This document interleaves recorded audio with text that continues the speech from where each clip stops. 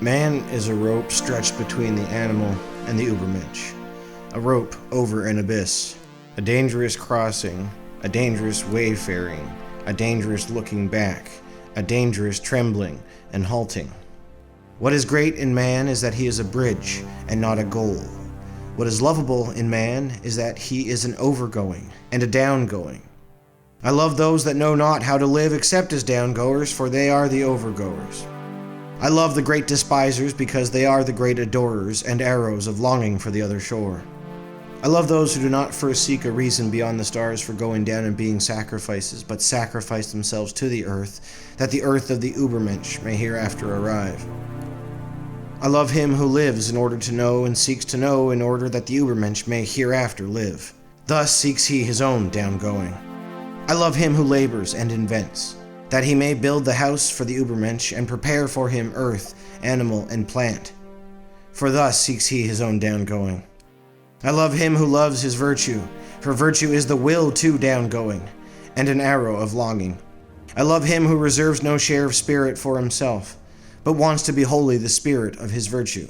Thus walks he as a spirit over the bridge. I love him who makes his virtue his inclination and destiny. Thus, for the sake of his virtue, he is willing to live on, or live no more. I love him who desires not too many virtues. One virtue is more of a virtue than two, because it is more of a knot for one's destiny to cling to.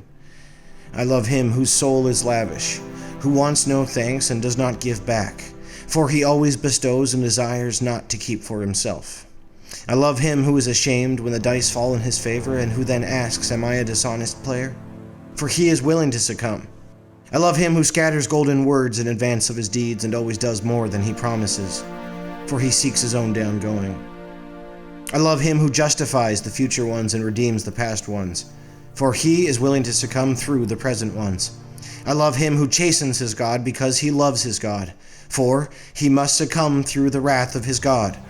I love him whose soul is deep, even in the wounding, and may succumb through a small matter, thus goes the willingly over the bridge. I love him whose soul is so overfull that he forgets himself, and all things that are in him. Thus all things become his downgoing. I love him who is of a free spirit and a free heart. Thus is his head only the bowels of his heart. His heart, however, causes his downgoing. I love all who are like heavy drops, falling one by one out of the dark cloud that lowers over man. They herald the coming of the lightning, and succumb as heralds. Lo, I am a herald of the lightning, and a heavy drop out of the cloud. The lightning, however, is the Übermensch.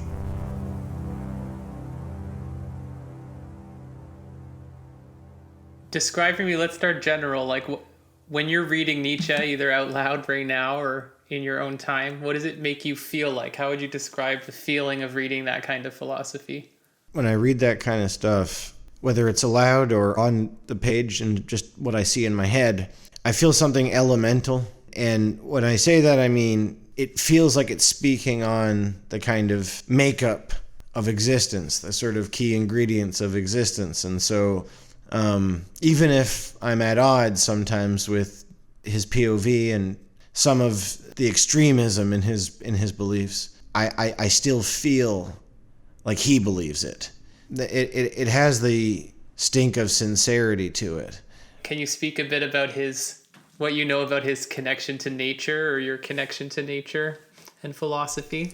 Yeah, it seems to be like, I'm no scholar or expert. I know that his kind of extremism is a reaction to having been born into, the second 1,000 years of a Western cult. There's something in the institution of Christianity that seems to be in large part kind of built on self-hatred, resenting the human form, resenting the human impulse. And Nietzsche is like pretty direct reaction to that, I think. He seems to think that we need a God speaks to how much we hate ourselves and how little we think of ourselves and the low esteem that we hold the whole human race. That we need a God and the promise of heaven and the threat of hell to be moral is something that is like, yeah, an affront to him and should be an affront to all of us. Do you feel like you think in the same kind of extremes? Like, would you identify with his extreme nature at all? I wish I didn't, but I definitely do. It's very much in keeping with like the stuff I'm interested in.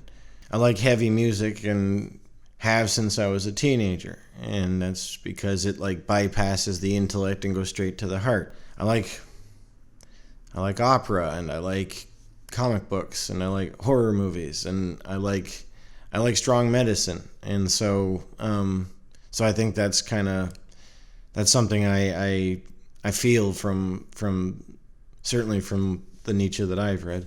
Talk to me a bit about this idea of the overman. Every idea has to be kind of contextualized in with the world that it came out in, you know, particularly the really big ones, and I think like, you know, everybody should be kind of wary of anybody that says I have all the answers. You know, I think certainty is usually a red flag. So, but I think what he's trying to say is really ultimately what a lot of Judeo-Christian thinking says. This idea that the kingdom of heaven is in every man, right? They're just kind of talking about, you know, whether you call it being saved or being enlightened, whether going to heaven is an actual thing or just what you call opening your mind, that is just kind of the same thing as the theory of the overman, I think. And he seems to also feel that we're at the vanguard of the next stage of being human. Context is probably relevant there. You know, he's writing in an era when inspiration and creativity and innovation are like starting to spark like wildfire. So you can understand, you know, what he felt in that moment. I think, you know, it's like things that were possible, things that were never possible before were now happening, and new ones every day. Like, he's often linked to nihilism, and the like his most famous quote arguably is like, God is dead. But I was reading a thing about like how that's like, even what you're just saying right now, this idea of the overman is very like idealistic and very not like on his somebody when he died, the church put out a thing that said like a known antichrist is how they labeled him in his obituary. But when I read him, I don't feel that. Like, I get a sense. I was surprised actually when I first started reading him because it came late in the game, but I had heard so much about him before I read him, and I was surprised at the faith that you feel in him, you know. And yeah, no, he's a believer, and it's all comes from like he's really got his heart on his sleeve. Yeah, it's pretty hopeful, optimistic stuff. It just comes from a place of like having been fed up. Like, if you ever talk to somebody who was raised in a super religious environment, whatever the religion is, and they had their sort of falling out moment, they can be the sort of literal opposite. They can have the literal opposite of the pride of the convert. You know, they can have this kind of like anger of the whatever lost. You know, and I feel some of that in Nietzsche's kind of thinking. It seems like, you know, and I understand that because, you know, I was in Catholic school for 5 years when I was a kid, and went to mass every Friday and all this stuff. And I remember one time my mom saw me when I was like 7 or 8, and I was like crying and upset, and she was like, "What's wrong?" And I said, like, "I'll never be as good as Jesus." And she was like, "What the hell? Like, no, of course no one will be. How can you do that?" You know, and you know, it's like, don't set yourself up to fail. And I know that like I still carry some of that with me. I know that a lot of like guilt and shame are motivating kind of factors in my life, and a lot of it stems from hating myself because I can never be as good as God. Mm-hmm. And or also being fed this idea that there is a perfect person. Yeah. And that you could like whereas who is that person? Where are they? A lot of like Carl Jung spoke about when Nietzsche died, well, when he went mad and died, that a lot of it was like in the end he thought he was Jesus, and he thought he was Buddha, and he thought he was Napoleon reincarnated, right? And a lot of it, Carl Jung said having his family and his kids is what grounded him to make the leaps into the unconscious, right? Whereas Nietzsche was like alienated and sick and alone, and he sort of like let both feet leave the ground in a way with this pursuit of the overman, right? Like he completely bought in.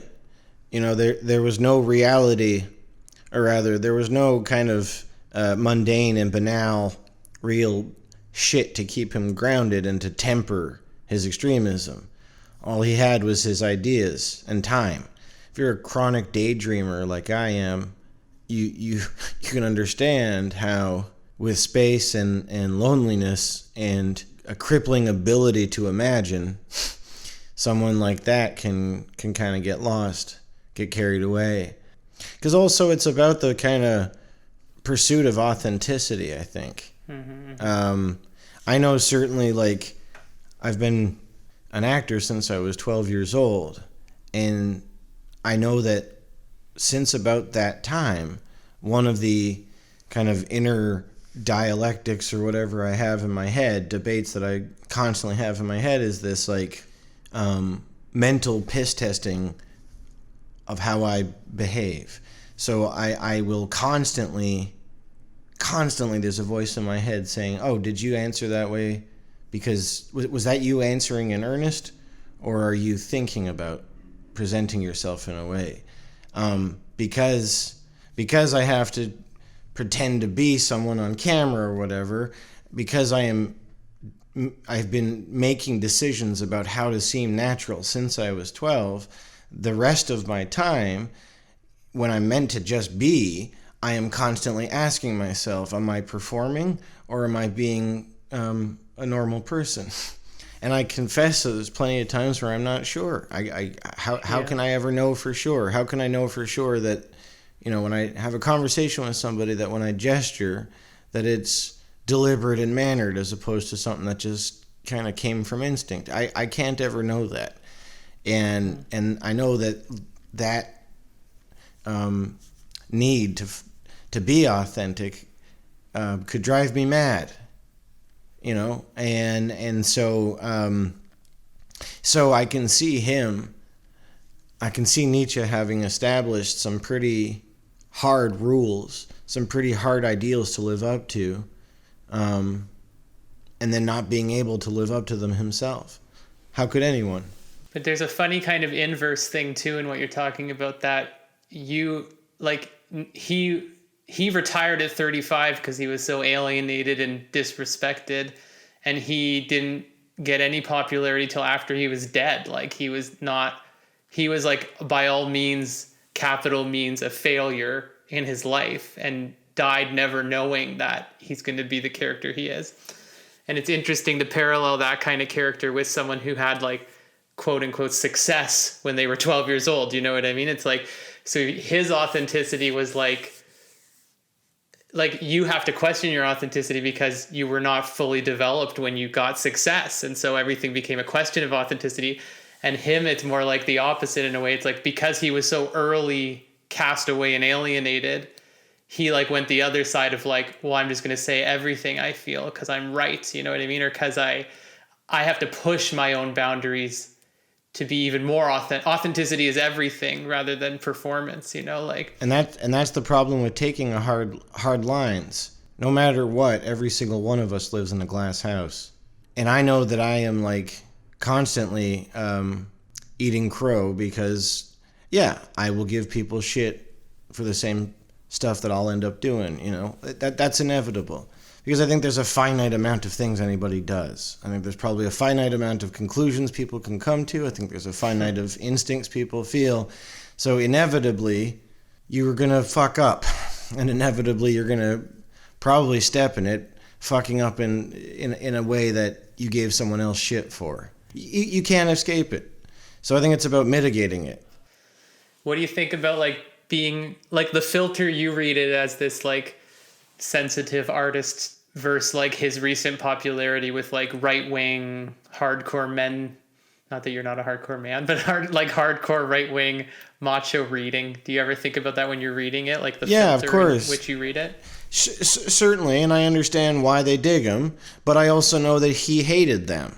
Their ancestors were around. He had contemporaries that would have been that Nietzsche had contemporaries that teed up fascism and Nazism, and he was very public and quoted in saying that he had anti-Semites were the lowest of the low.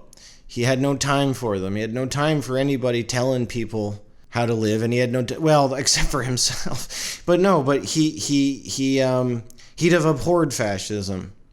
I think as Nietzsche is incompatible with far right thinking, I think the same way Christianity is incompatible with extreme conservatism. And yet the Christian right is a fucking, we're in the third generation, fourth generation of this new version of this death cult. So I think like fascists and skinheads will always find a way, will always find a workaround, and will pick and choose. And they were fine stealing the swastika and ruining it forever. Yeah. Maybe not forever. You never know. It might come back. Yeah, in 100 years. But I wouldn't hold your breath. It's true. Like it's funny too how both Nietzsche and Jesus said like what's good for one person is bad for another, and the rules are take your own moral inventory and don't follow anyone but your own rules. And to like never lose space, never run out of space in your heart for the stranger on the street. Kind to thy neighbors is the golden rule. Seriously, right? and that's not nothing, man. And the I'm gonna be 39 next month, and the only thing that matters to me, I think, is being good and trying to find a way to be happy.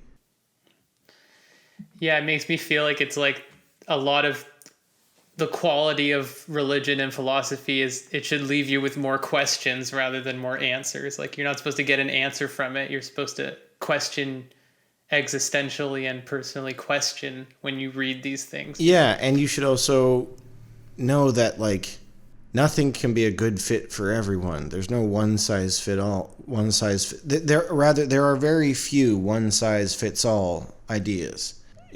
Most of the 10 Commandments I think are pretty solid things for everybody to follow. But I think that it's about knowing that like no one knows everything. We all know what we know.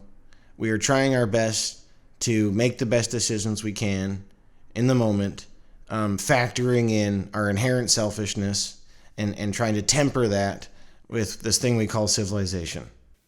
But then also we all need to get like shaken up sometimes too. Like I love like Beyond Good and Evil by Nietzsche because it's like people have gotten so religious and moral and people have gotten so scientific and the answers are all there that he's kind of like, you're starting to be good because you're told what good is rather than like examining it.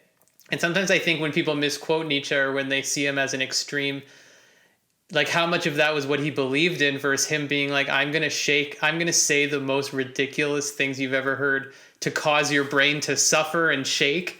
Because everyone is so high on their own farts right now, kind of, right? Like everyone's like, we're so good, we're so perfect, everything's done and enlightened. And he's like, you're a piece of crap. And because a lot of the people telling you how to be good are pieces of shit. Yeah, hypocrites, right? Like, or just like the worst evil under the covers. Revealed to be not just like not just fallible, but horrendous people. Mm-hmm. That the Catholic Church has somehow survived as an institution at this point is like pretty crazy. They have never run out of reasons to scare their flock away. Yeah, it just finding new ones, keep churning them out. Yeah, and so I think you're right when he says like make your own good, decide what's good, whatever's best for you is what's good. I think that's a very clear reaction to a bunch of horrendous pedophiles telling people how to be good. And people hiding from their own shadows, right? Like it's like you're afraid of your own shadow And so that's how you fall into their trap of order and control.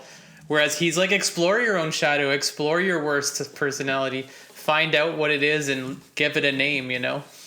The last thing I wanted to ask you about is like, I should mention too, like that I mentioned earlier how he went crazy and how a lot of people use that as a legitimate thing to be like, why listen to his philosophy if he goes crazy? But he even said himself, like, so what? My madness is my madness. Your madness is your madness. Like, what difference does it make? But I was just thinking a lot about like the incident that made him snap, where he like he was in Italy and he saw a horse being beat, and he like ran up and put the horse in his arms and had like a mental break. I guess I feel bad now that this is the last question, but like, I'm just wondering, like, has there ever been that moment in your life? Like, could you talk for 1 minute about a moment in your life where you had your own kind of like, this is my breaking point with society, or this is it's overwhelmed me, or I feel like I've let both feet leave the ground in this moment, you know? Yeah. Certainly. It's more a question of which one of those I'm comfortable sharing. Or I guess maybe even like, what do you think happened to him in that moment? Like, or what can you identify with that moment? You don't need specifics if you don't. I think that is seems to be what they call like a psychic death. You know, there is, I think there's only so much trauma any single soul can experience in any specific moment.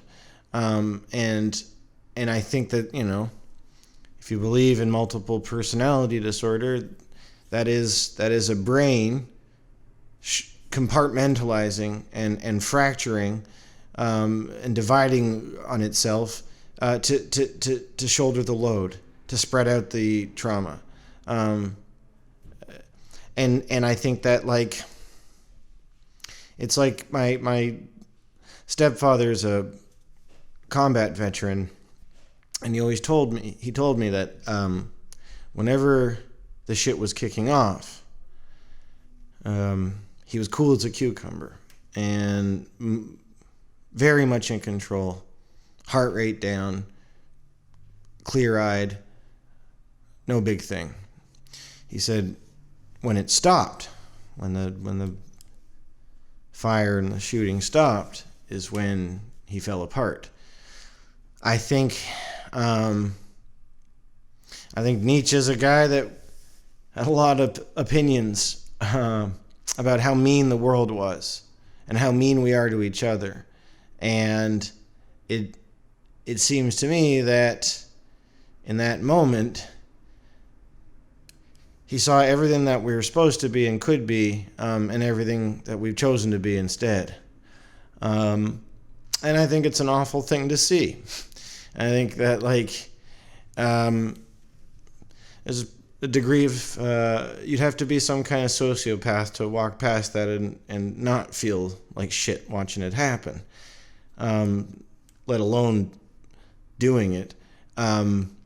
So yeah, I think he snapped because he'd gone in there with a whole bunch of big ideas. You know, like, think about what he'd been thinking about, and then seeing that, it's like that was the catalyst, right? And so I just think it's he hated how ugly we are, and he saw it firsthand. Okay, well, I know you got to get going, but that was great. I feel like maybe one line of like, what do you love about Nietzsche? Give me one line.